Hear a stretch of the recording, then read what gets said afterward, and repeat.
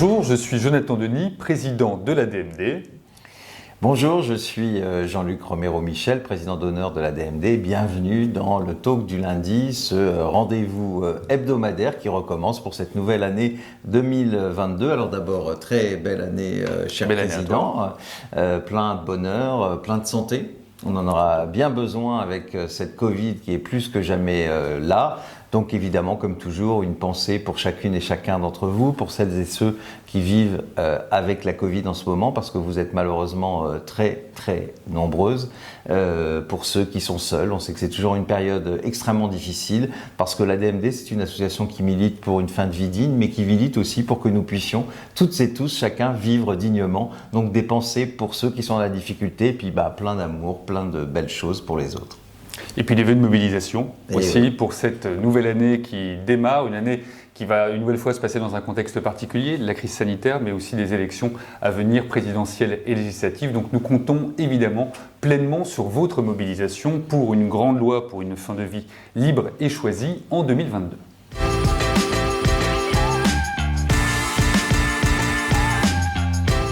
Eh bien, cette dernière semaine, on a tous été évidemment très attristés par la mort de Monseigneur Desmond Tutu. C'était un homme d'église, mais c'était surtout un homme de combat. L'homme de combat, évidemment, contre l'apartheid avec Mandela, mais un homme qui était tous les combats et qui était en tout cas pour l'ouverture, pour la bienveillance. Il s'est battu notamment pour les personnes homosexuelles et il a porté le combat pour une fin de vie digne. Je me souviens avec beaucoup d'émotion à un congrès au Cap où il avait accepté de délivrer un message. C'était le congrès international des ADMD et donc il se prononçait en faveur de l'aide active à mourir. Et je pense que c'est suffisamment rare chez un prélat, chez un évêque pour ne pas l'oublier. Et ça me donne l'occasion de penser aussi à Jacques Gaillot, cet évêque français qui a aussi mené beaucoup de combats et qui est aux côtés de l'ADMD à qui, je crois, avec Jonathan, on souhaite aussi une excellente année.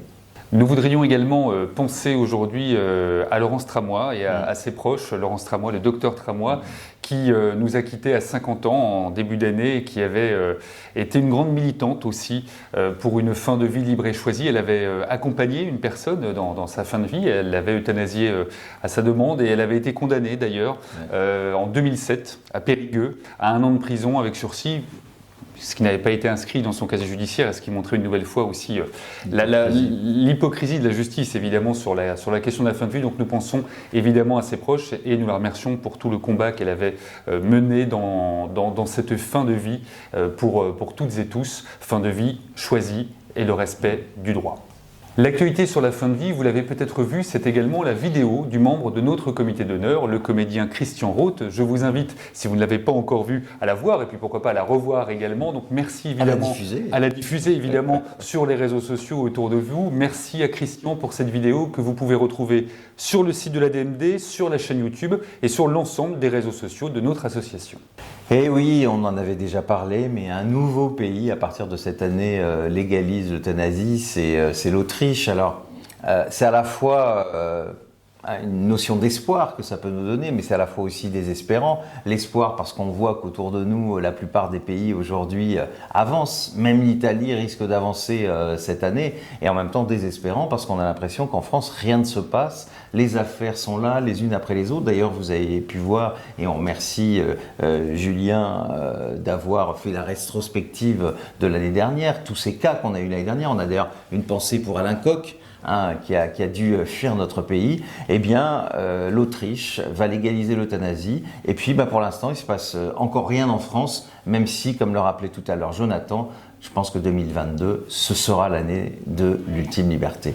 Pour votre première bonne résolution de l'année, je vous en propose une toute simple. Rejoignez le combat de l'ADMD, adhérez à l'association pour le droit de mourir dans la dignité.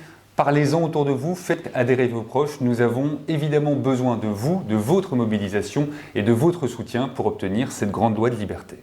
Comme toujours avec Jonathan, nous attendons vos réactions sur les réseaux sociaux. Vous savez que c'est quand même très important. Le hashtag, le talk du lundi. En ce qui me concerne, je vous retrouve la semaine prochaine pour le talk du lundi. Je vous souhaite encore une bonne semaine. Et en tout cas, avec Jonathan, on était très heureux de vous retrouver pour cette année 2022. Et je suis sûr que notre président cette année va nous conduire à cette victoire que nous attendons toutes et tous. Bonne semaine. À bientôt.